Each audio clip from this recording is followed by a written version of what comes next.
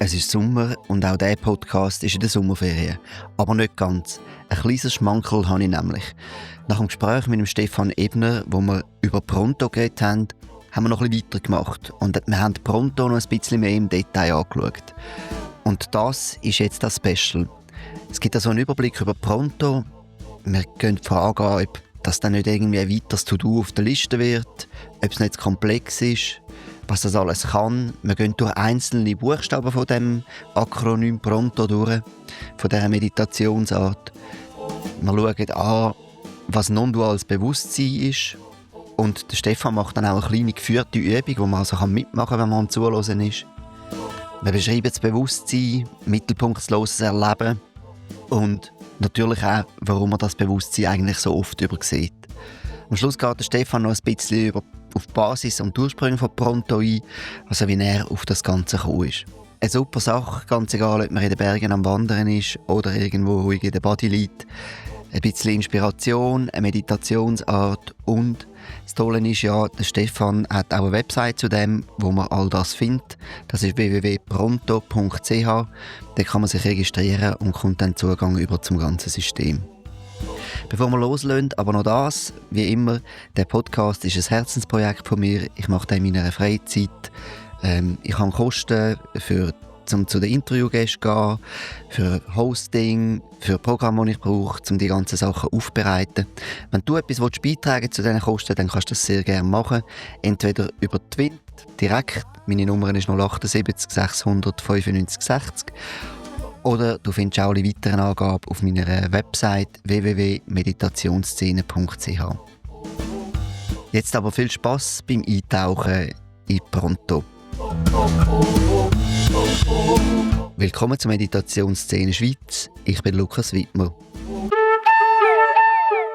Also Stefan, jetzt der zweite Teil. Special, Pronto. Ich würde sagen, wir gehen mal das ganze Pronto ganz kurz in einem Schnelldurchlauf durch. Und dann können wir ja dann einzelne Buchstaben vielleicht noch ein bisschen rauspicken. Entweder alle oder auch die, wo du einfach sagst, das sind dir die wichtigsten. Sodass wir so in höchstens 45 Minuten einen guten Einblick in Pronto geben. Also ich gebe alles. Vielleicht zuerst ein paar von denen, die jetzt zuhören, haben es ja gesehen, wo sie es aufgerufen haben, hat so ein Signet, Pronto. Die jetzt nicht schauen können, weil sie Auto fahren, schauen bitte auch nicht. Ich beschreibe es kurz. Pronto, stellt euch vor, die 6 Buchstaben von Pronto machen wie einen Kreis, wie eine Uhr. Es fängt oben an, um 12 ist P und dann geht es rechts rum. P, R, O, N ist unten, um 6 und weiter. Oder? Also, und die Buchstaben, machen einen Kreis und in der Mitte ist eine Art blauer Kreis, der ein Loch wieder in der Mitte hat, und aus diesem Kreis gehen Pfeile in alle Richtungen zu den Buchstaben. Das sprich, alle Buchstaben sind auch untereinander verbunden und es gibt wie ein Rad. Das sind wie die Speicher von einem Rad, wo die verschiedenen Buchstaben untereinander verbinden. Ich hoffe, es haben jetzt alle so vor sich, aber die das Bild nicht anschauen können, weil es gerade gefährlich wäre. Okay. Und ich sage jetzt noch ganz kurz, was soll überhaupt Pronto, und dann gehe ich rasch, wie du es gesagt hast, Luki, gehe ich dann rasch die Buchstaben durch. Also zuerst, warum Pronto? Pronto soll eine Eselsbrücke sein. Eine Eselsbrücke, die hilft, wichtigste Element von einer in sich abgerundeten Praxis sich daran zu erinnern. Und darum ist es auch ein Rat. Und das Rad geht man nicht einmal durch, sondern halt immer wieder, idealerweise möglichst häufig im Alltag. Pronto, eben eine Eselsbrücke. Pronto heisst auf Italienisch «Hallo, ich bin bereit, ich bin bereit» und so. Sprich, ich bin offen für das, was kommt. Wenn man das Telefon abnimmt, ein Italiener in einer Strandbar sagt «Pronto, hallo», dann geht das Geschnädel los, was ich dann nicht verstand, weil ich nicht Italienisch kann. Aber das ist mir geblieben aus meinen Kindheitsferien in Italien. Und Pronto heisst, ich möchte für alles, was in meinem Leben auftaucht, in meinem Alltag, es geht um eine Alltagspraxis, einfach bereit sein. Offen. Drum Pronto, drum passt's. Und jetzt haben schon Leute gesagt, ja, aber Pronto heisst bei uns ja noch etwas anderes im Deutsch. Pronto, das ist einfach Dali, vorwärts, Pronto. Das hat mich zuerst ein bisschen schon unsicher gemacht. Dann habe ich aber gemerkt, nein, es passt auch, die Bedeutung. Weil pronto heisst ja bald, schnell. Und was pronto eben schon möchte, dass wir möglichst schnell, ich komme dann noch ein bisschen vertiefer darauf ein, eigentlich ins Bewusstsein selber finden. Leicht und schnell, pronto, in jeder Situation. Darum passt es auch in dieser deutschen, sagen wir, eingedeutschten Version. Und jetzt gehe ich wie zuerst, wie du das gesagt hast, die einzelnen Buchstaben ganz kurz durch und sie summarisch beschreiben. Mhm. P oben im 12 fängt an, heisst innehalten. Also ich muss vielleicht noch etwas vorausschicken. Es ist eine italienische Abkürzung und ich habe lange nach deutschen Wörtern gesucht, wo der Anfangsbuchstabe die P-R-O-N-T gibt. Und ich bin nach langem Nachdenken nicht fündig geworden, sondern ich habe englische Begriffe gefunden, die das möglichst verdichtet auf den Punkt bringen. Also wir haben jetzt eine internationale Abkürzung mit italienischer Eselsbrücke, englischen Wörtern und einer deutschen oder einer Mundartbeschreibung. Also wirklich international. Also leider bin ich nicht fündig geworden, aber es macht ja nichts. Okay, also jetzt hat es hinter dran teilweise Detaillierung und ich versuche, das können wir dann in der zweiten Runde machen, ich gehe jetzt wirklich nur summarisch zuerst drauf ein. P ist eigentlich ähnlich zum Glück wie im Deutsch, das heisst einfach innehalten oder pausieren.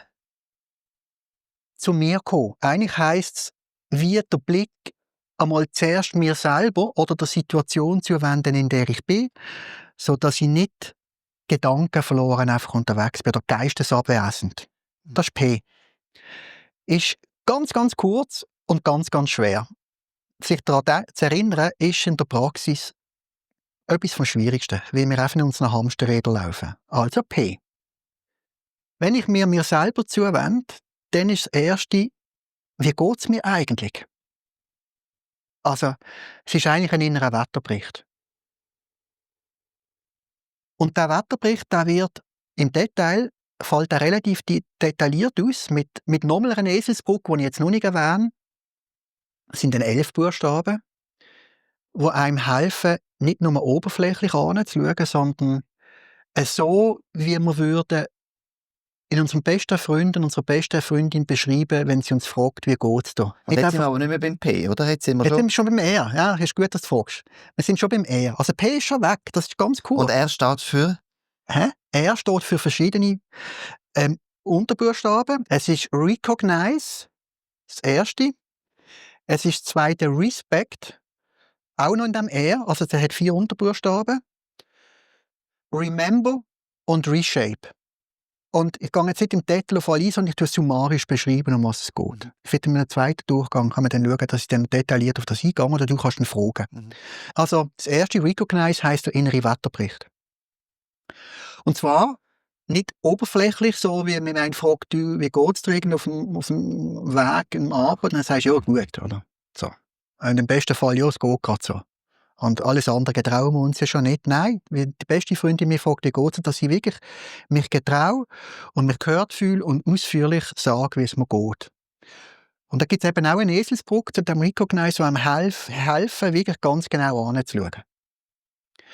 Und das Respect bedeutet, man könnte das ja, und das passiert uns leider häufig, dass man da sehr selbstkritisch, vielleicht sogar verurteilend anschaut und sogar schon vorweg Sachen ausschließt in diesem Wetterbericht, weil es einem peinlich ist, denkt, das darfst du doch nicht denken und darfst nicht fühlen. Und darum Respekt heisst, respektier das, was ist, nimm es wahr, tu es wertschätzen. Und das beschreibt die, ja, und dann geht es weiter, ich versuche kurz zu bleiben, sonst wenn ich eben die einzelnen Buchstaben unterbuchstabe, dann wird es schnell. Und dann geht es darum nicht, dass ich es nur wertschätze, sondern dass ich mir überlege, tut der innere Wetterbericht eigentlich das wiedergeben, was ich eigentlich in meinem Leben gerne möchte leben. Entspricht das meiner Lebensvision? Und vielleicht, was ist sie überhaupt? Und dann merkt man wahrscheinlich relativ häufig, es gibt schon ein bisschen Differenzen dazu. Und in Remember erinnern wir uns daran, wie wir selber möchten eigentlich leben. Und auch schon Situationen, wo wir so gelebt haben, weil das haben wir alle schon. Und Reshape heisst ja dann neu gestalten. Die Erinnerung, nur schon die Erinnerung an, ich kann ja auch alternativ leben oder leicht anders, hat schon eine Auswirkung auf den inneren Wetterbericht. Das wird schon neu gestalten. Und wir tun schon ein bisschen einen Freiraum gewinnen auch gegenüber dem oft bedrohlichen Wetterbericht oder wo wir nicht so zufrieden sind. Ich sage bewusst Freiraum und nicht Abstand. Mhm. Und dann geht es weiter im O. Also jetzt sind wir PRO. Das erste O vom Pronto, es gibt ja noch ein zweites. Das erste O steht Open, ist nur ein Wort. Und Open meint, dass ich mir für all das, was neben meinem inneren Wetterbericht, was mich oft so vereinnahmt, dass ich plötzlich merke, ich kann den Fokus auftun. Ich bin auf der Straße, ich bin im Tramli, ich bin irgendwo in einem Park und es gibt ein schönes Wetter und nicht nur meine Gedanken und führt ganz stark über Übungen mit der Sinneswahrnehmung in jetzigen Moment. Immer wenn ich in der Sinneswahrnehmung bin, bin ich nicht irgendwo weg. Gedanken, Gefühle, vor allem Gedanken, die im Wetterbericht auch angesprochen werden, die sind zeit- und ortsunabhängig. Und darum sind wir meistens, wenn wir denken, gar nicht im Moment, sondern in der Vergangenheit oder Zukunft. Die meisten Gedanken beschäftigen sich mit dem. Auch wenn man weiss, dass man denkt. Auch, ja, dann ist Dann ist vielleicht, es eigentlich wie eine Körperempfindung. also, ist eine tolle Frage, aber los, ich glaube, wir wollen Also gehen wir zuerst einmal durch. Sonst rutschen wir ab, Luki. Aber es ist eine super Frage, ja. Okay, also. Und das Spannende ist dann, in dem O innen eine extrem wichtige Sinneswahrnehmung in ganz vielen spirituellen Traditionen, auch gerade in der Buddhismus, ist die Atembewegung. Weil die ist immer da, die ist rhythmisch, die passiert einfach so. Sie gibt auch ein bisschen Auskunft darüber, wie es uns geht, wenn wir genau anschauen. Und dann geht es über die Atemübung und noch andere Übungen. Wenn man in der Atemübung wirklich ganz bewusst ist, dann gibt es in den Umkehrpunkten der Atmung, ich kann jetzt später noch detaillierter darauf eingehen, wenn du das möchtest, aber so in den Umkehrpunkten der Atmung, also wenn wir ganz ein- oder ausgeschnauft haben, dann ist etwas sehr interessant, dann ist nämlich die Bewegung, die wir sonst spüren in uns, im Körper, ist plötzlich weg. Für einen kurzen Moment. Und wenn wir langsam atmen, ist der Moment ein bisschen länger. Und in diesem Moment kann man dann schauen, was ist eigentlich. Und in diesem Moment ist nicht einfach nichts, sondern es ist immer noch Bewusstseinsfähigkeit da. Man kann das ist eine von den Übungen, wo man das Bewusstsein selber als eine wahrnehmende, faszinierende, unfassbare Qualität kann entdecken kann. Mhm. Und das macht man dort noch mit einer anderen Übung, oder probiert es zumindest. Und mit dieser Ahnung, die man vielleicht dann hat, geht es weiter in den Buchstaben N. Und der Buchstabe N geht es eigentlich darum, der erste Wort, der hat 3 Wörter drin, auch wieder englische, nämlich Notice, Non-Doing und Non-Dual Experiencing. Die geben das N. Und das Ziel vom N als Ganzes ist es eigentlich, mit dem erahnten Bewusstsein, mit dem unfassbaren Bewusstsein, näher in Kontakt zu kommen, das neugierig forschend zu untersuchen. Und verschiedene Facetten kennenzulernen und einfach ein Gefühl dafür zu haben und vor allem auch die damit verbundenen Lebensqualitäten feststellen. Wenn ich noch an dem bin, dass ich sage, ja, ich komme mit dem in Kontakt und ich kriege eine Ahnung davon. Und indem ich es immer wieder erahne oder beobachte oder in Verbindung komme, gibt es wie eine Vertiefung. Ich merke immer, wenn ich eigentlich anschaue oder anspüre oder erlebe, das Wort ist dort einfach ungenügend, dann ist es immer da. Und dann sind wir schon beim nächsten Buchstaben, bei T, also Promte, T. Das erste hat 2 Buchstaben, das erste von dem ist Trust. Ich erfahre, dass das Bewusstsein, solange wir leben, sind wir ja bewusst, sonst könnten wir gar nicht wahrnehmen. Und wenn wir nicht mehr bewusst sind, dann erleben wir nicht mehr, dann sind wir tot oder bewusstlos. Also solange wir bewusst sind, ist es da. Ich habe immer Zugang dazu. Wir können nachher als Idee nochmal sagen, wo wir übersehen wir so oft. Finde ich ein wichtiger Punkt. Das sollte man nicht vergessen nachher. Mhm. Aber lassen wir das jetzt. Also ich merke und ich erfahre, ich habe immer Zugriff drauf. Und das schenkt Vertrauen, Trust. Das erste Wort unter T. Und wenn ich die Qualitäten erfahre und erlebe, die mit dem Erleben von Bewusstsein verbunden sind, das ist nämlich eine unglaubliche Fülle von unglaublich wohltuenden Erfahrungselementen, kann man für dann noch darauf eingehen, erfüllt mich das, ich komme mit einer inneren Fülle in Kontakt, die mir einfach gegeben ist. Nicht, weil ich sie mir irgendwie erarbeite und die ist einfach da, wenn ich sie sehe. Und das führt automatisch zur Dankbarkeit. Thanks.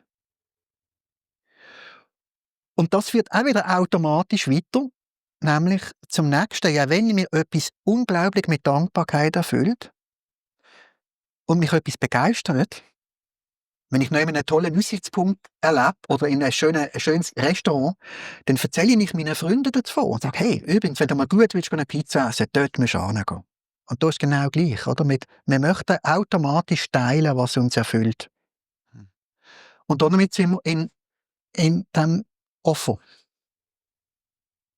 Das ist schon im letzten O, im ersten Buchstaben Offer. Und dort gibt es eine Widmung dazu, die ich für mich formuliert habe, die alle Elemente von Pronto zusammenfassen. So eine Widmung. Widmungen sind ja ein ganz wichtiger Teil der buddhistischen, vom tibetischen Tradition, Metasätze oder so. Und das ist eigentlich so ein Satz, der das wirklich zusammenfasst und in einem Wunsch formuliert. Und das gestaltet eine innere Bestimmtheit, eine innere Art, wie ich da bin. Und dann geht es ganz automatisch wieder in Ongoing. Ich komme automatisch aus dem Wünschen, oder das fließt über ins nächste Tun. Mhm. Und Ongoing ist für mich, steht für Seiendes Tun. Das ist vielleicht ein bisschen ein komischer Ausdruck. Aber das ist für mich ganz wichtig geworden, weil normalerweise sind wir eigentlich aus einer Art inneren Mangel unterwegs, behaupte ich einmal. Wenn wir ganz ehrlich anschauen, entweder wir haben etwas noch nicht, was wir gerne hätten, oder wir haben Angst davor, dass uns etwas genommen werden könnte, was wir schon haben. Und ich würde sagen, 90% unserer Denktätigkeit ist mit dem beschäftigt und auch Tätigkeit im Aussen. Und wenn wir aber eine völlig zuverlässige Fülle in uns erleben, immer, überall, jederzeit, dann fließt aus dem eine Tätigkeit heraus, die nicht mangelgetrieben ist, sondern erfüllt ist. Und wir kommen in eine andere Art, wie wir in unserem Alltag tätig sind. Und das ist das Ziel von Pronto. Und vielleicht noch ganz kurz, und ich sehe, du möchtest mir etwas fragen, aber ich bringe das vielleicht noch rasch zu Ende. Wenn wir jetzt überlegen, Pronto, die 6 Buchstaben, dann haben wir die ersten 3 Buchstaben. P-R-O. P-R-O heisst pro. Für, hinzu. Und eigentlich, wir gehen aus der Aktivität raus, hinzu, N, in einer tiefen Erfahrung von Bewusstsein und aus der Erfahrung von Bewusstsein to, zurück in die Aktivität. Und das ist nicht einmalig, sondern das ist eben ein Kreis. Darum sind die Pfeile, gibt es so runde Pfeile, wo die einzelnen Buchstaben wie einen Kreis verbinden. Das ist ein Rad, das immer wieder drüllt in unserem Alltag. Das kann man mehrfach machen. Und es sind auch Speicher. Und es ist wichtig, das muss man nicht immer machen, ganz explizit all die Inhalte von diesen 6 Buchstaben, aber immer wieder in der Summe, weil sonst gibt es eine Unwucht in diesem Rad. Also wenn eins von diesen Buchstaben fehlt, dann hat das Rad eine 8. Und dann eiern wir umeinander.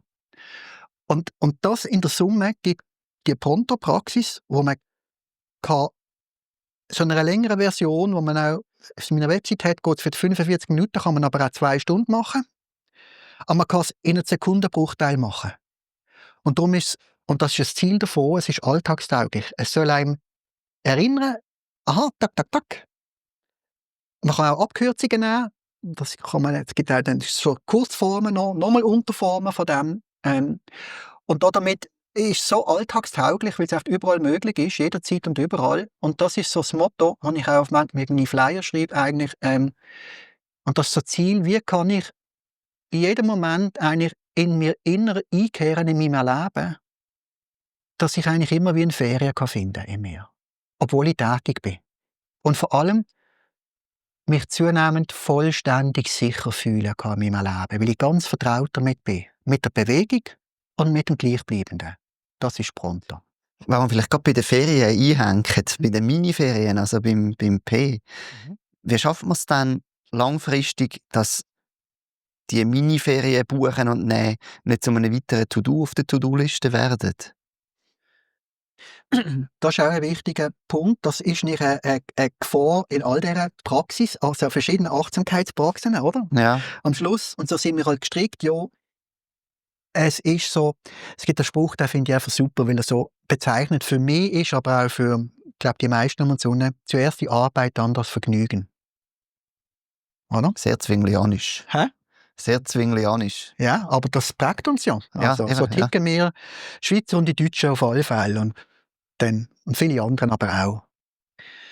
Ja, und warum sagen wir eigentlich nicht zuerst das Vergnügen oder zuerst die Einkehr oder die Entspannung und dann die Arbeit, oder? Ja, weil es muss verdient werden. Eben, genau. Und die grosse Erfahrung, und zu der soll Pronto 4, ich muss gar nicht verdienen, es ist mir einfach geschenkt. Aber um das zu machen, musst du ja, also Ich muss trotzdem innehalten. du musst reinhalten, Ja. oder? Also, und Vielleicht das irgendwann einfach natürlich, ja, weißt du, so, ja, oder? also ich meine, man muss schon klar sehen, wir haben es so stark in inneren Muster und eben so mehr Gesetze tun, wie der, der jetzt gerade gesagt hat, zuerst die Arbeit, das Vergnügen. Das sind so innere Stimmen in uns, wo wir übrigens auch im Wetterbericht, das ist einer von diesen 11 Buchstaben, analysieren oder auf die Spur versuchen zu gehen, was für Stimmen. Jetzt musst du zuerst dich durchnacken, oder? Jetzt musst du zuerst mal erarbeiten. Und ohne Arbeit ist so das nicht rechts. Und ich glaube, was mir wirklich was hilft, mir zumindest, und ich sage das auch in meinen Kurs, hört, das sind Miniferien, ihr dürft euch Miniferien gönnen. Es ist nicht ein Punkt, den ihr mit abackern, sondern ihr dürft euch das geben. Aber das System ist ja, wenn man es jetzt anschaut, schon nicht ganz trivial. Also es sind ein paar Buchstaben mit ein paar Unterbuchstaben. Also ich weiss es nur, wo ich zum Beispiel Satipatthana-Meditation praktiziert habe, nach der Anleitung von Bhikkhu Analayo, auch ein Rad mit 7 Speichen. Du musst irgendwie mal so ein bisschen das ein paar Mal durchgemacht haben und bis dann wirklich weisst, was welcher Buchstabe oder welches Ding ist. Wie macht man es denn da? Also weißt, ist es am Anfang mehr Teil von einer formalen Meditation, wo man ansitzt und das ganz bewusst durchgeht? Vielleicht auch mit geführten Meditationen?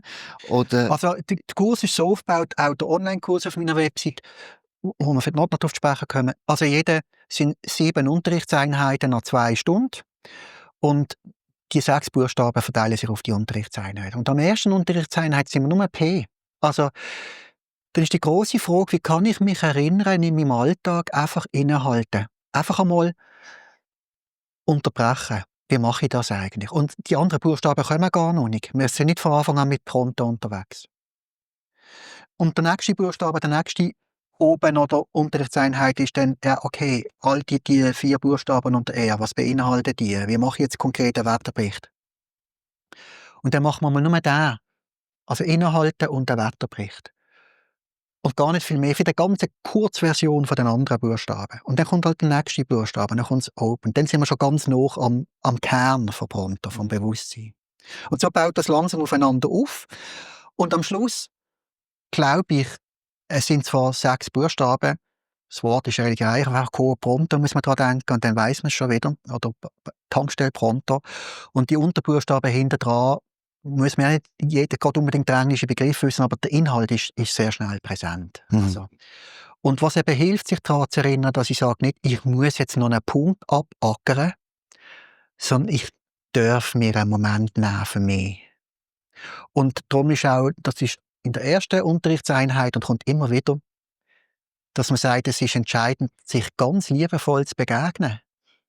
Ich gönne mir etwas, weil das tut mir gut. Und sobald ich das erlebe, und ich würde behaupten, das erlebt man sehr schnell, sind die anderen Muster immer noch groß, dass man es vergisst. Aber es wird immer weniger zu einem Abackern. Aber ich muss auch ehrlicherweise sagen, es kommt immer wieder in den Kurs, wir sind so gestrickt, ich merke das bei den Kursteilnehmern und bei mir jetzt langsam zum Glück ein bisschen weniger. Nein, Pronto erlebe ich wirklich nicht mehr als eine Pflicht. gut, du bist jetzt pensioniert, du hast jetzt Zeit. Genau, ja, aber weißt du, die Pensionierten beobachten sie mal, die haben auch viel Stress. Also ich ich sage es nur darum, ich meine, ich bin jemand, wenn ich irgendwie etwas erreichen will, dann nachher schaffe ich mir Zeit, nehme mir Zeit, dann mache ich das System. Aber ich höre von sehr vielen Leuten, die irgendwie anfangen zu meditieren, oder auch wenn ich sage, hey, ich bin am Meditieren, dann kommt fast so entschuldigend, ja, ich habe es auch mal probiert, aber weißt, ich kann einfach nicht so lange still sitzen. Also ich glaube, es ist einfach eine grosse Herausforderung für sehr viele Leute, irgendwie in so etwas reinzukommen. Ja, und darum wird es gut, dass du nochmal da insistierst ein bisschen. Ich glaube, also was eben das Tolle ist, Pronto kann man bei allem machen. Beim Duschen, auf dem WC hocken, ins Geschäft laufen, zum Kopieren also man laufen. muss nicht im Halblotus oder Lotus-Sitz da sein. Das ist völlig unabhängig von einer Sitzhaltung, von was man anhat, vom Ort. Am Anfang ist es nicht besser, man hat ein bisschen ruhigen Ort, aber ist auch nicht zwingend. Und ich kann einfach sagen, mache das jetzt häufig, meistens beim Hundespaziergang, oder? Oder wenn ich nebenan stand in einer Kasse. Oder wenn ich in der Badewanne liege. Oder kurz im Garten sitze oder an der Kassenanstand im Laden. Also es ist völlig, es braucht keinerlei äußeren Rahmen. Also es gibt, sage ich dann auch im Kurs, hört, eine Ausrede pronto nicht zu machen, gibt es gar nicht, weil du kannst mit allem kombinieren und du kannst immer und überall machen. Aber wenn das Wort, ja, das stimmt, aber dann brauchst du eine gewisse Grundachtsamkeit, dass du ja beim Anstehen an der Kasse überhaupt daran erinnerst, dass du jetzt pronto machen kannst und nicht einfach dein Handy zückst und Insta anschaust. Genau, und darum ist das ist schon in meinen vielen MBSR-Kurs ein Hauptpunkt von mir. Wie tue ich, hat einmal ein Teilnehmer das Wort kreiert, ich finde es wunderschön, Achtsamkeitsminiaturen. Oder wie kann ich in meinem Tag kleine, an alltäglichen Handlungen aufhängen, dass mich daran erinnern. Und das ist auch Inhalt vom ersten Modul übrigens, oder? Dass ich mal anhocke und mir überlege, okay, mein Alltag sieht so aus. Wo könnte ich das mit Inhalten verbinden? Und die zweite Frage ist, wie denke ich daran? Und wenn wir denken, ich habe das Gäste gebraucht im Kurs, wenn wir einen Kleiderschrank kaufen, hocken wir auch an und sagen, okay, der muss so lang sein, so tief und so viel Ding und machen uns einen Zettel und gehen in den Laden. Für einen Kleiderschrank überlegen wir es uns. Aber für uns mir eine Pause gönnen, überlegen wir es uns nicht. Und man muss einmal anhocken und sich das überlegen. Und dann schauen, ob funktioniert es. Und im Kurs kriegt man dann auch Inspiration von anderen, wenn man einen Präsenzkurs macht, darum ist nicht Gruppen auch toll. Und dann kriegt man Ideen und man muss es ausprobieren. Und das muss auch jeder für sich selber ausprobieren. Aber darum heisst es auch so pronto Bewusstseinstraining. Es ist ein Training. Ich muss es üben. Da komme ich nicht drum herum. Wenn ich einfach eine Sofortlösung habe, Instant Coffee, würde ich sofort zack verteilen, aber das ist es nicht. Also ich muss ein bisschen üben, aber ich kann versprechen, das Üben macht sehr schnell einmal Freude und Lust. Das wäre jetzt eben gerade meine nächste Frage, weil unter Respekt, oder sagst du eben genau, es geht um das nicht ausschliessen, das auch mit dem Unangenehmen können sein. Ja. Wenn es sehr unangenehm ist, dann ist es natürlich für mich schon einfacher, ein bisschen Katzenbildchen bei Insta anzuschauen, als anzusitzen und in das Unangenehme reinzugehen. Ja. Ja, du lachst aber wirklich. Ja, nein. Ich meine es im Fall ernst. Ja. Ah, nein, gut, ich schaue jetzt nicht Katzenbildchen, aber mir sind es vielleicht Rennvelofahren oder weiss auch nicht was. Hat mich zerstört. Okay. Nein, das ist das ist ganz wichtig. Also, man muss auch ehrlicherweise sagen, ich habe das schon erlebt, jetzt gerade in den letzten Kurs, dass zwei gesagt haben, ja, also Stefan, du gibst doch da jetzt einen Kurs, da steht in der Beschreibung, ich finde in Entspannung. Und ich merke, nach den ersten 2 Modulen bin ich gestresster. Ja, und warum ist das? Wenn wir eben all da hinschauen, dann merken wir, was läuft in unserem Leben, was läuft so, wie ich es möchte, aber auch was läuft nicht so. Und das ist halt wirklich wie die erste jede Wahrheit, oder? Machtfacher Pfad. Ich muss erkennen, an was leide ich auch, was läuft bei mir nicht gut. Und das ist nicht lässig, oder? Aber nur wenn ich sehe, an was krankt mein Erleben, dann erst kann ich etwas machen. Also ich muss ein bisschen hinschauen. Und darum ist es halt auch ein Training. Es braucht ein bisschen Überwindung. Aber es kommt dann sehr schnell das andere auch. Aber dort hast du recht, ja, wir kommen nicht drum herum. Und achtsamer werden heisst, ich nehme mehr wahr und ich nehme nicht nur ein mehr angenehmes Wort. Das ist aber auch der Fall. Plötzlich merke ich, wow, die Sonne scheint schön und es ist ja wunderbar toll, auf einem weichen Stuhl zu sitzen oder in der Badewanne zu liegen. Das passiert ja dann eben zum Glück ja auch. Oder die Blume schmeckt wirklich schön. Oder der Kaffee ist jetzt wirklich der Hammer und die warme Tasse auch. Das merke ich auch. Und gleichzeitig merke ich aber auch, ja, in mir da denkt es aber schon viel Blödsinn. Und jetzt rege ich mich schon wieder auf und ich habe doch anders wollen. Und das halt sehen. Und darum ist es wichtig, dass man es sieht und gleichzeitig eben auch darum, das Respekt wieder in dieser liebevollen Haltung, die ich schon erwähnt habe, sich nicht niederzumachen, sondern auch sehen, ja, es gibt halt auch Bedingungen für das. Und jetzt, das ist jetzt einfach, so ist es, die Situation. Und das wertschätzen und gleichzeitig vielleicht eben auch die Rahmenbedingungen zu respektieren, ist ein zweiter Teil. Also Respekt könnte man sagen, wertschätzen, es ist mir wichtig. Oder ich nehme es einfach mal anerkennend wahr, wenn eben eine beste Freundin oder ein bester Freund, der ist auch wertschätzend, wenn wir dem von unserem Wetter erzählen. Und das Zweite ist dann wirklich auch zu akzeptieren, es gibt in meinem Leben Rahmenbedingungen, so wie ich aufgewachsen bin, wie meine Ausbildung sehe, ist auch sogar evolutionär bedingt. Wir sind halt halt doch Säugetiere und da gibt es ganz wichtige Rahmenbedingungen. Das ist auch ein Teil von diesem Unterrichtsmodul, wo man einfach muss respektieren im Sinne von, wir haben Rahmenbedingungen. Ich kann nicht einfach frei vor mir an irgendwie praktizieren. Wenn ich die Rahmenbedingungen, wenn ich im Auto im Rechtsverkehr links fahre, kommt es nicht gut. Also ich muss ein Stück weit sehen und anerkennen oder respektieren, als Mensch und als Mann oder als Frau und in dem und dem Alter gibt es Rahmenbedingungen. Mhm. Und ich muss mit denen arbeiten. Und da muss ich sie auch klar sehen und dann in den nächsten Modulen gehe ich mit dem um. Ja. Ja. Und ein Reshape, dort sagst du ja dann auch, es geht darum, auch quasi den Fokus von gewissen Sachen wegzulenken, ganz gezielt, oder? Ja, ich sehe schon, was du fragen willst. Frag.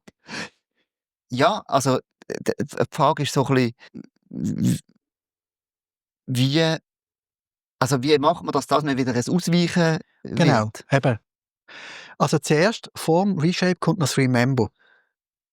Und das ist ja die Frage, es hat wieder verschiedene Bedeutungen, vielleicht noch mehr, als ich jetzt gerade sage, aber dass ich mir frage, wie möchte ich eigentlich auch leben? Was ist mir wirklich wichtig? Aber ich tue ja nicht an der Kasse jedes Mal mein ganzes Leben Nein, musst ja gar nicht, das ist dir einfach, überdenken. nein, das geht gar nicht, das ist dir einfach klar. Also, ich sage jetzt einfach ein Beispiel, ich möchte zum Beispiel mit inneren Frieden mit mir sein. Ich möchte nicht dauernd müssen etwas nachhecheln. Die haben wir alle. Ach, das ist so eine grundsätzliche Ja, Ausrichtung. ganz grundsätzlich. Einfach merke ich, das, was ich jetzt, wenn ich meinen Wetterbericht mache und ich eben anschaue, entspricht das, wie ich mich verhalte, wie ich mich in der Beziehung sehe, wie ich mich jetzt gerade fühle. Ist das so, wie ich mich eigentlich gerne fühlen möchte und wie ich mich gerne verhalten möchte oder nicht? Entspricht das so meiner inneren? Und es ist schon mal gut, sich zu überlegen, wie möchte ich eigentlich gerne leben? Und dass, wenn man sich das einmal überlegt hat, dann weiss man es. Also muss man jetzt mal nicht darüber nachdenken. Ja. Das kommt einfach Tag, es ist klar. Oder? Und dann kann ich aber, und das ist das Nächste, da kommt es schon bei dem Remember, ein zweiter Teil. Ich habe das auch sicher schon gelebt. Kurze Momente und auch längere. Es ist nicht, dass wir das nicht kennen. Das ist nicht einfach nur eine Vision. Es gibt Momente, wo wir so leben. Und Remember ist dann auch wieder verbunden, darum auch wieder die Speicher. Wenn ich ein paar Mal Achtsamkeit erlebt habe quasi und Trust erlebt habe und Dankbarkeit, kann ich dann wieder mehr an das erinnern. Das ist so eine Querspange. Oder?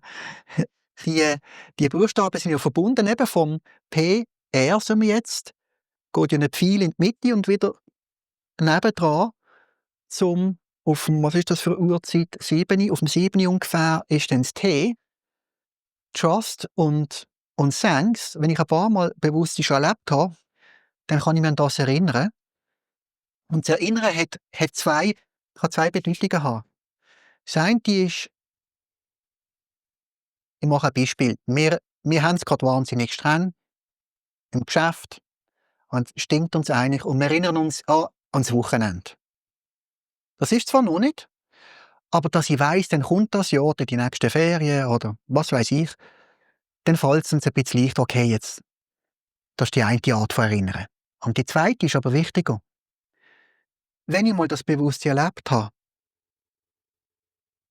und ich erinnere mich daran, tut es sofort das Erleben transformieren. Es ist nicht einfach ein Erinnern, es ist ein anderes Erleben. Dann bin ich echt zack über eine Abkürzung schon in einem ganz anderen Zustand. Das ist zwar die zweite Art von Erinnern. Und das ist dann auch Reshape? Das ist Reshape. Das tut das Erleben gerade neu gestalten. Mhm. Und du hast vorher auch gesagt, es ist wichtig, dass man immer den ganzen Kreis oder langfristig den ganzen Kreis praktizieren, weil wenn man einzelne nicht macht, dann fängt das Rad quasi an holpern. Jetzt haben wir da aber eben so grosse Begriffe drin wie Non-Dual Experiencing oder die Offenheit, die du vorher gesagt hast. Also wenn jetzt jemand sagt, ja, finde ich schon noch spannend, aber also Non-Dual, das klingt jetzt schon recht gross und abgehoben. Also können wir vielleicht nochmal in die Lücke beim Atem eintauchen? Okay, also jetzt, also die jetzt noch im Auto fahren, sollen jetzt nicht die Augen zu machen, bitte, und auch nicht Velo fahren und so, oder? Aber je nachdem, wo wir sind, können wir das ja ausprobieren. Ganz kurz. Also ich kann die Augen zumachen, besser. Du musst nicht. Aber es ist besser. Es musst du selber wissen. Okay. Selber. Also, das ist übrigens ein Grundsatz. All das, die Buchstaben und alles, ist nur probier's aus. Mhm. Das ist keine Garantie. Nein, nicht eine Garantie, es ist nicht nachzubeten. Ja. Es ist eine Einladung selber ausprobieren. Und dann probier's mit offenen Augen oder mit Zähnen oder machst du zwischendurch. Also ich mache es mal zu jetzt. Okay, gut. Und wenn wir jetzt einfach schnaufen und Atem spüren heisst nicht beobachten, das könnte man auch machen, so ein bisschen intellektuell, sondern wenn wir so wirklich atmen, dann merken wir, es passiert etwas in meinem Bauch und der Brust, nämlich der Bauch und die Brust dehnt sich ein Stück weit aus. Je nachdem, wenn wir sogar auf einem Stuhl angelehnt sitzen, spüren wir es vielleicht sogar im Rücken, die Ausdehnung. Wir spüren, wie die Atemluft einströmt. Und beim Ausatmen zieht sich wieder der Bauch und die Brust ein Stück weit zusammen und die Luft strömt durchs Maul oder durch die Nase aus. Und es ist primär eigentlich einmal eine taktile Empfindung. Und wenn wir so ein paar Mal einfach bewusst schnaufen und versuchen, ganz bei dieser Atembewegung einfach spürend, erlebend, empfindend zu sein.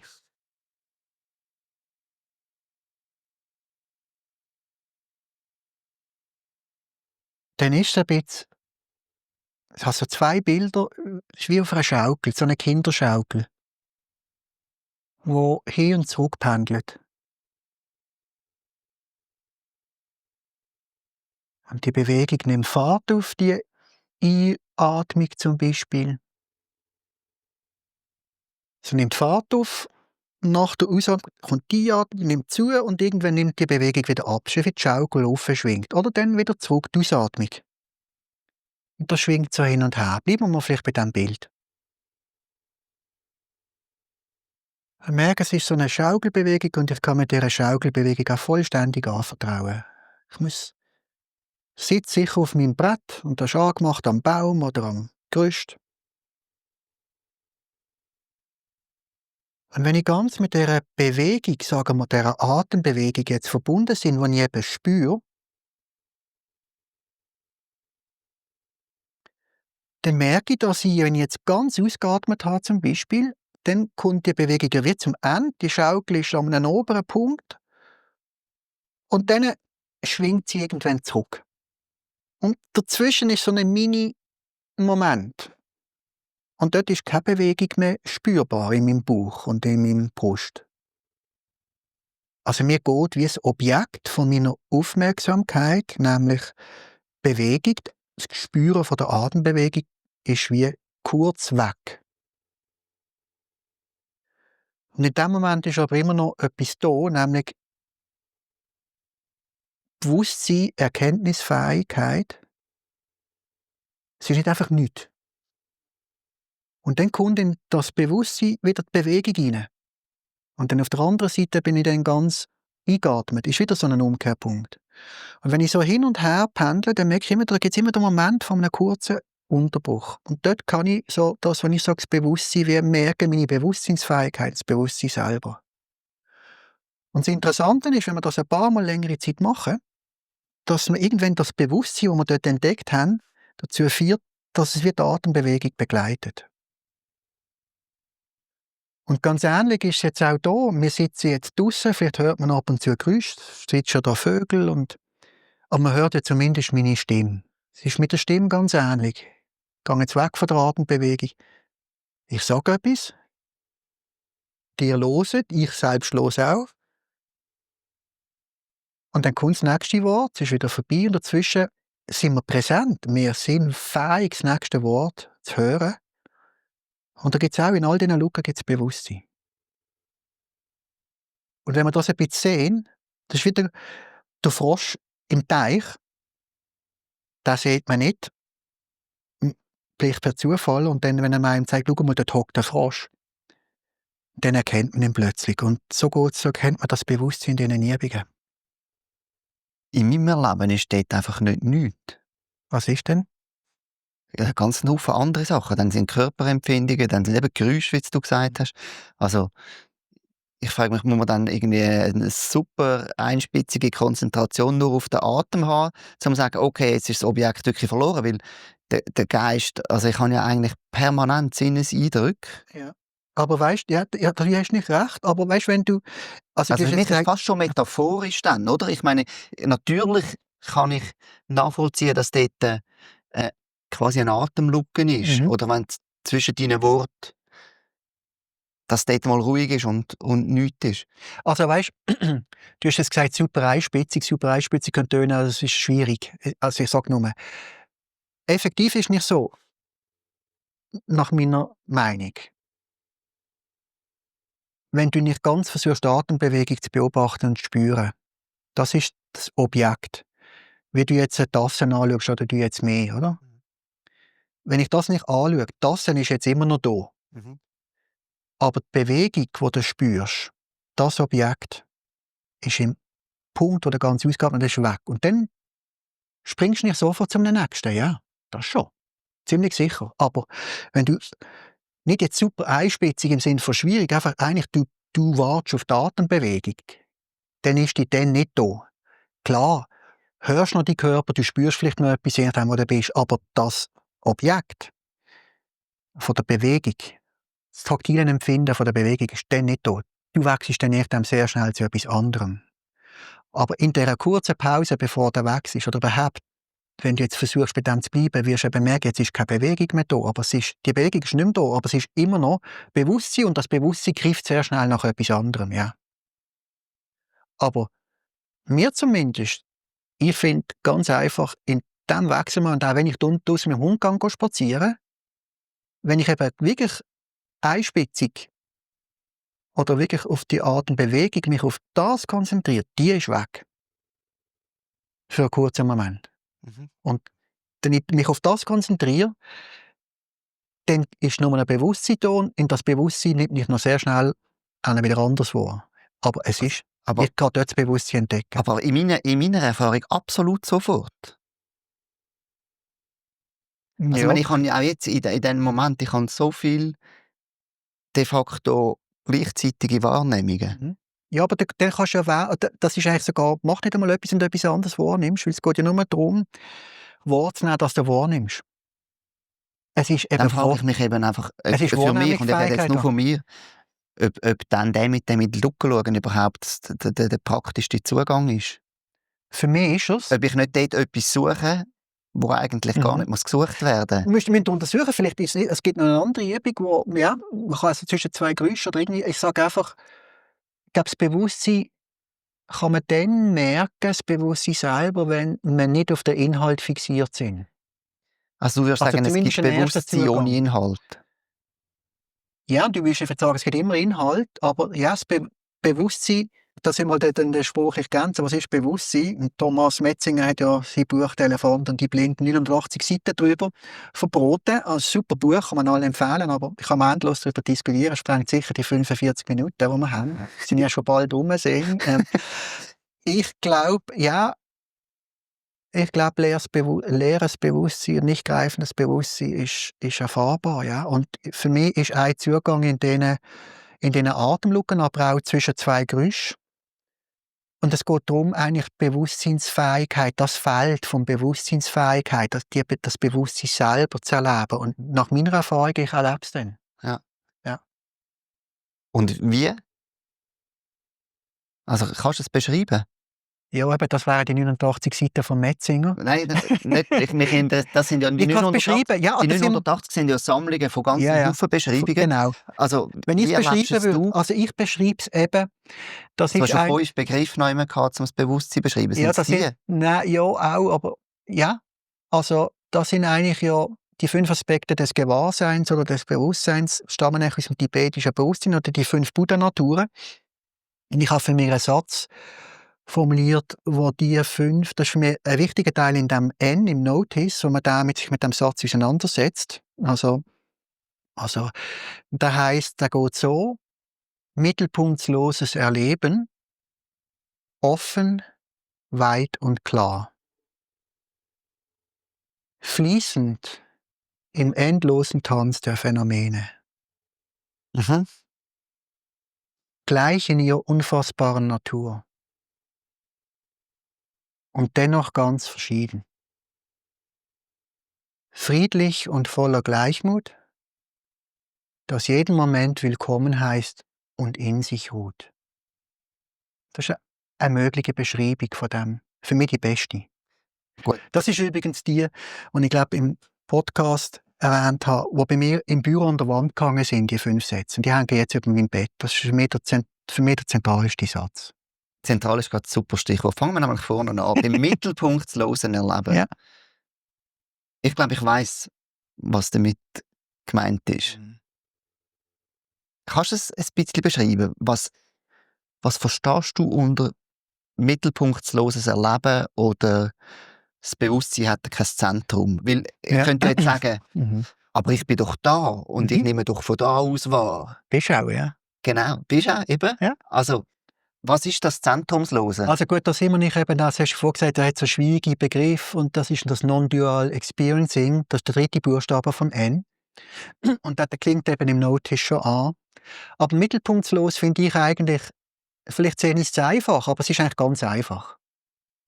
Eigentlich, und das haben wir alle schon erlebt, das ist nichts Mystisches, Abgehobenes, sondern wenn ich ganz im Erleben bin von einer Schokoglasse oder im Trinken von einer Tasse Kaffee, ich bin ganz im Erleben oder im Spüren von einem Sonnenstrahl in meinem Gesicht oder einem Windhauch oder in einer Umarmung,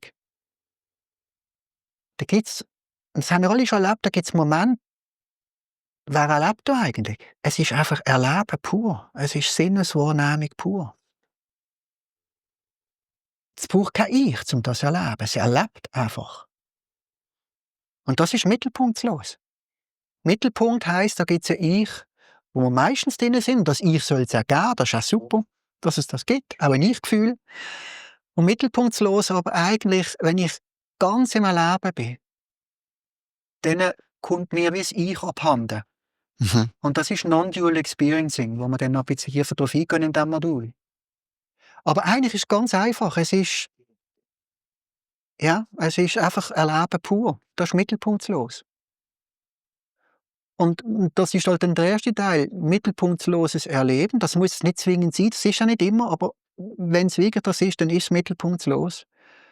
Und gleichzeitig erfahren wir in unserem Bewusstsein eine völlige Offenheit, eine Weite. Und das ist ein bisschen wie wenn wir in den Himmel schauen oder in den Sternenhimmel. Oder, ich meine, in unserem Bewusstsein findet ja alles, was wir erleben, statt. Der ganze Kosmos ist in unserem Bewusstsein, ist nie anders. Das erleben wir gar nicht direkt, nur weil wir es in unserem Bewusstsein haben. Also es ist grenzenlos. Alles, was wir je erleben werden, findet in unserem Bewusstsein statt. Das macht es auch so unfassbar und rätselhaft für uns. Oder? Wir können nie außerhalb von unserem Bewusstsein sein, es geht nicht. Wir sind nicht gefangen. Und das ist eben offen und weit, weil alles seinen Platz hat. Und gleichzeitig ist es klar, weil es erkennend ist, nicht einfach ein leerer Raum. Es ist eben erkennend, auch selbsterkennend. Auch wenn kein Ich da ist, es ist erkennend. Und das ist nicht statisch, auch wenn das die ruhige Basis ist, sondern es ist wie ein vibrierendes Feld, aus dem alles heraus kann entstehen. Und ich habe in meinem Vortrag für mich, ich habe lange nach einem Bild gesucht, eben, ich bin so visuell veranlagt. Man kann es 2 Bilder, die ich brauche in meinem Kurs auch. Das eine ist wie eine Linie. Es gibt so einen italienischen Cartoonist, jetzt habe ich gerade seinen Namen vergessen. Der, der La Linea... Ja, La Linea, genau. Nachher, also, Oder? Und das Faszinierende an dieser Linie ist, der macht aus einer Linie ganze Geschichten. Oder? Der Louis, der freche Sieg, der nie zufrieden ist. Es ist immer eine Linie. Meistens. Also, es gibt ein paar so Nebenstriche, die nicht verbunden sind, aber eigentlich die Linie ist das Feld. Es ist immer eine Linie. Und im nächsten Teilsatz heisst es eben nicht fließend im endlosen Tanz der Phänomene. Das Bewusstsein ist weit offen, klar und mittelpunktlos und nicht drin passiert etwas. Es ist gleichzeitig fließend im endlosen Tanz der Phänomene. Die Linie macht eben endlos Formen. Es sind endlos Figuren, nämlich unser ganzes Erleben. Aber es ist Bewusstsein, es ist geformtes Bewusstsein, aber es ist immer noch Bewusstsein. Darum ist es nicht trennbar. Und darum, selbst wenn du sagst, ja, aber dann springt mein Bewusstsein anders an. Ja, aber es ist geformtes Bewusstsein. Und du kannst, ja. Da bin ich völlig einig. Weißt? Da bin und ich kann immer eigentlich sogar in der Dynamik das Bewusstsein selber. Und es ist immer, aber auch die Linie selber ist eben immer noch die Linie. Ich kann die Linie sehen und das, was sie formt. Mhm. Und dann, das ist mir das letzte Mal am Meer, ist mir das plötzlich mal das Bild eingefunden, das, ja, für mich die Linie. Oder eben das Meer, am Meer. Oder? Das Wasser kann Wellen annehmen. Es ist immer das Meer. Ja. Und es kann flach sein, und es kann stürmisch sein, oder es kann Strömung haben. Es ist immer das Meer und gleichzeitig ist es Bewegung. Ich finde auch, es ist ein riesen Unterschied, ob man die Bilder, das Meer, die Linie, alles andere quasi intellektuell versteht oder ob man es erlebt. Ja, aber man muss es erleben. Ich glaube eben auch, man muss es erleben, weil es ist so schwierig zu beschreiben. Mhm. Und meine Frage ist so ein bisschen, es gibt ja sehr viele Leute, die sehr lange meditieren und das nicht erleben. Ich glaube, das Hauptproblem, ich würde wahrscheinlich eher rational ein bisschen strukturierte, verkopfte Ökonomen, oder? Also, ja, also Ja. weißt du, das immer bei der Frage, die du am Anfang mal Ja. gesagt hast, es wäre noch spannend zu anschauen, warum übersehen wir dann das Bewusstsein so Ja, oft? genau, ich finde das noch ein Punkt, ja. Ich glaube, dass wir es übersehen, ist ganz einfach wieder einfach evolutionär geschuldet. Ganz einfach. Wenn wir uns mal überlegen, warum überlebt ein Tier und wir als unsere Vorfahren? Warum haben die überlebt? Die haben nicht überlebt, weil sie das Gleichbleibende gesehen haben. Sondern du überlebst, wir sind auf Abweichung getrimmt. Auf Veränderung. Und wenn ich in die heiße Badewanne steige und am Anfang finde ich es heiß und ich liege dann nach 3 Minuten oder schon früher noch, bin ich auf dünn. Wenn sie sehr heiß ist, ist es immer noch zu heiß, aber dann habe ich mich einfach daran gewöhnt. Sprich, das ist auch ein wichtiger Teil in dem Unterricht bei dem Modul von Notice. Unser Inneres kalibriert sich dauernd neu, wir sind so gestrickt. Das heisst, wir sind fixiert auf Veränderungen. Nämlich auf die dynamischen Bewusstseinsinhalte. Gedanken, Gefühle, Sinneswahrnehmungen. Und wir übersehen, weil wir so gestrickt sind, wir übersehen das, was gleich bleibt, weil es ist nicht interessant. Mhm. Und das, was gleich bleibt, ist Bewusstseinsfähigkeit oder das Bewusstsein selber, aus dem alles entsteht.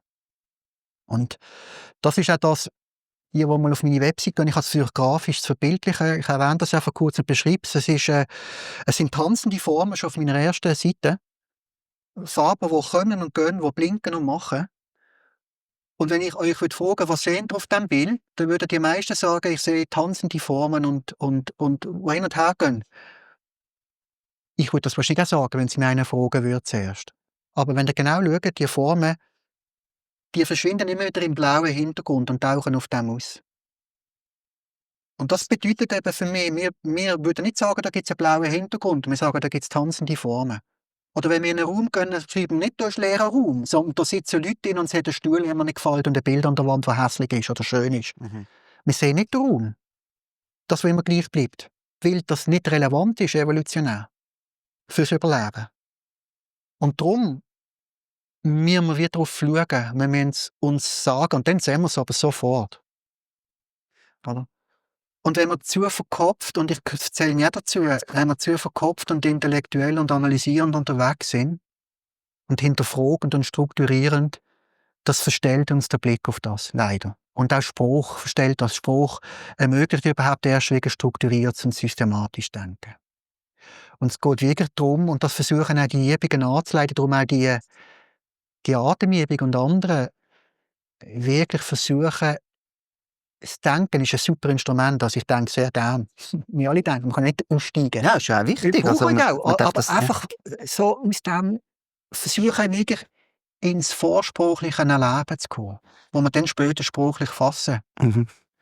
Und für das müssen wir versuchen, einmal das krampfhaft kategorisieren und wie ein Stück weit zu lassen.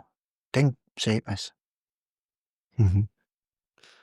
Und dann kommt quasi die grosse Erleichterung. Das ist das, was du in unserem ersten Gespräch gesagt hast, dass du quasi wie das zweite Bein, nebst dem, was sich alles bewegt, das zweite Bein auf dem Boden hast. Ich glaube, das ist ein ganz wichtiger Punkt. Das ist für mich jetzt ein bisschen der Schlüssel zum Pronto. Ich bin auch einer zuerst, der denkt, über ohne Fleiß kein Preis, ich muss mich abrackern. Ich muss mich in einer Praxis abkämpfen, in einem Training, das jetzt auch Pronto-Training heisst.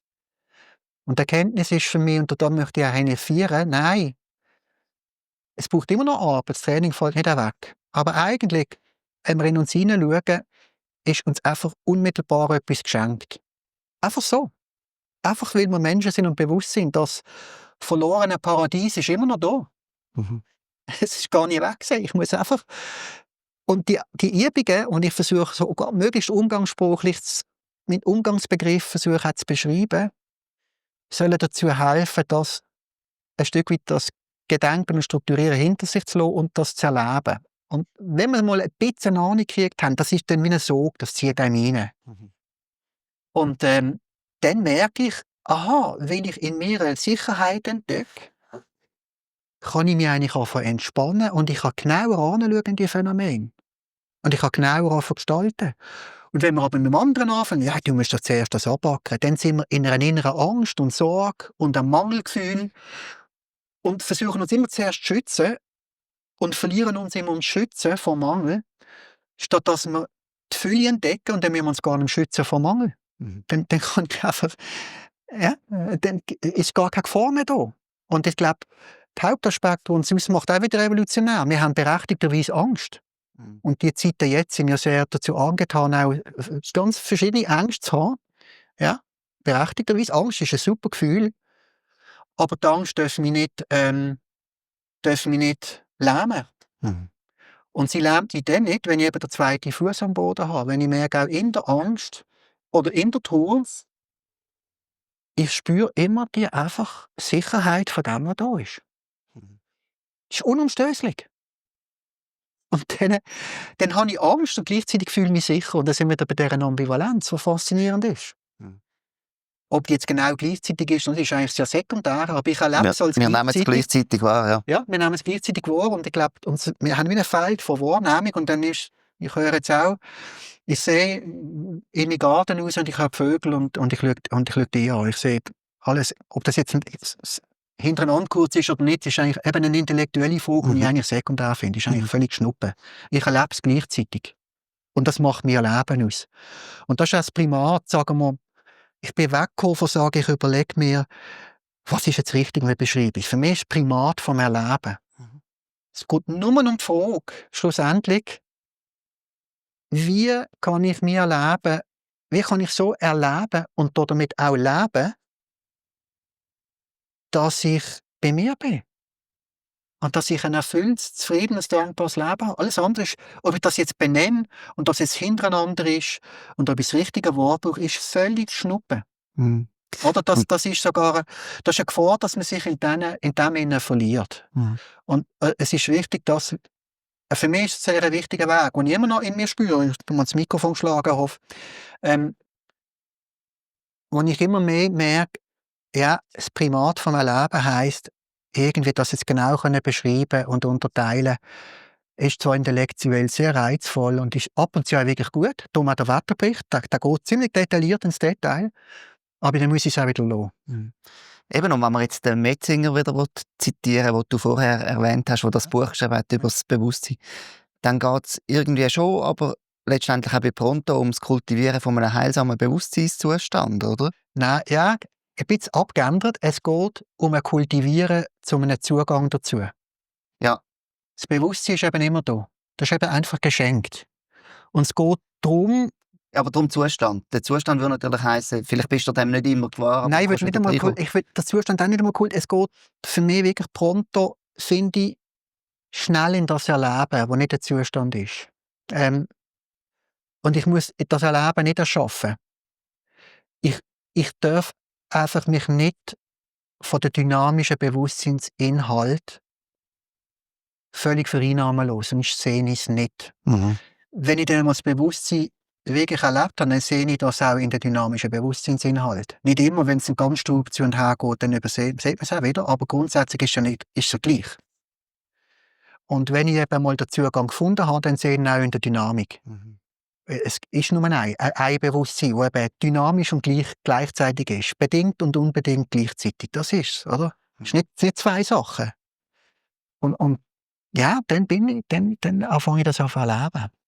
Ja, super spannend. Ich habe das nicht alles durchpraktiziert, aber du hast mich ja freigeschaltet auf deiner Website und ich kann es wirklich nur sehr empfehlen. Ich finde es sehr einen spannenden Zugang, sehr einen systematischen Zugang und eben, wie du am Anfang gesagt hast, eine säkulare, alltagstaugliche Version vom Dharma. Also ich glaube, es ist sehr praktikabel, weil man sich jetzt auch nicht unbedingt mit Buddhismus irgendwie vertieft befassen.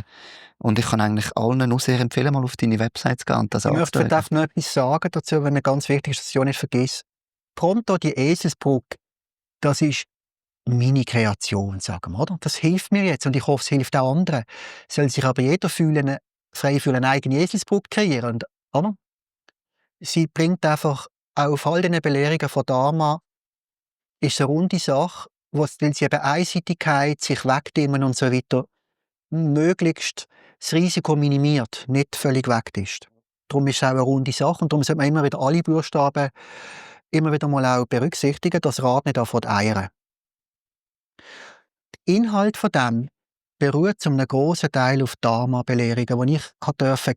Ich habe ja im Podcast auch die beiden Lehrer, die ich durfte, Fred von Almen und Tilman Burkhardt, die wichtigsten Lehrer im Leben, die ich erlebt habe, für mich sind. Aber auch ganz, ganz viele andere, die ich nur gelesen habe von ihnen. Und ich tue ganz bewusst in dem Pronto das nicht erwähnen.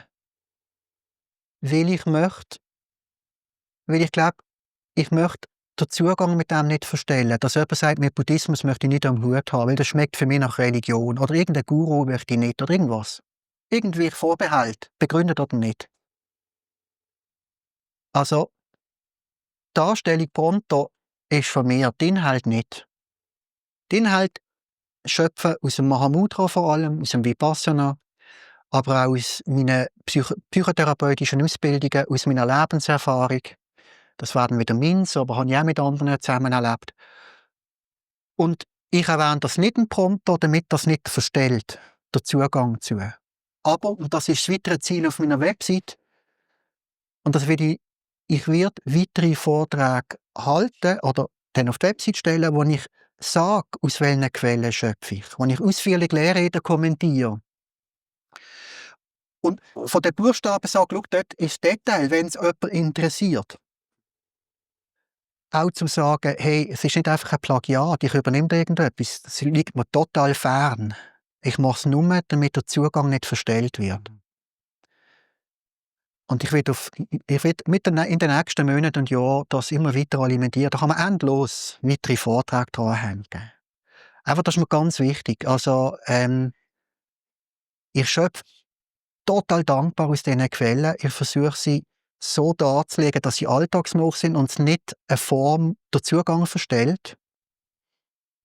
Aber es ist mir ganz wichtig, denn die Quellen, die Urgründe, also die Grundlagen, dann erstens selber immer weiter zu erforschen. Ich bin ja nicht am Ende. Überhaupt nicht. Es hat vor allem darum, dass ich auch viel Zeit habe und will das immer wieder auch draufstellen. Und die Querverbindungen dann zu dieser ganz einfachen Eselsbrücke-Pronto immer wieder knüpfen und machen. Und die, was interessiert, können ab und zu dann vorbeischauen auf dieser Website. Und die, was nicht interessiert, können es ganz einfach auch lassen, weil es braucht es nicht. Die Eselsbrücke alleine gelangt. Super, jetzt ist für mich wichtig, dass in meinem Bewusstsein ein Bier und eine Pizza auftaucht. Genau. Langsam werde ich hungrig. Aber eben www.pronto.ch und ich danke dir ganz herzlich für den noch ein bisschen vertieften Einblick. Ja, ich danke dir für das Interesse und dass ich das erzählen durfte. Und es würde mich sehr freuen, wenn es andere inspiriert, einfach selber zu forschen. Eigentlich ist Pronto eine Anregung zum Forschen. Super. Und nicht dogmatisch, sondern ja. Danke vielmals. Das war «Meditationsszene Schweiz», ein Podcast von mir, Lukas Wittmer. Wenn du Feedback oder Anregungen für neue Gäste oder sonst etwas hast, dann findest du Kontaktdaten auf www.meditationsszene.ch. Was auch super hilft, sind Kommentare auf den verschiedenen Podcast-Plattformen oder natürlich auch Sternchen-Bewertungen. Und das Allerbeste ist immer, den Podcast direkt weiterempfehlen an anderen Leuten, die das interessieren könnte. Es freut mich, dass du dabei bist und ich wünsche dir eine gute Zeit. Bis zum nächsten Mal.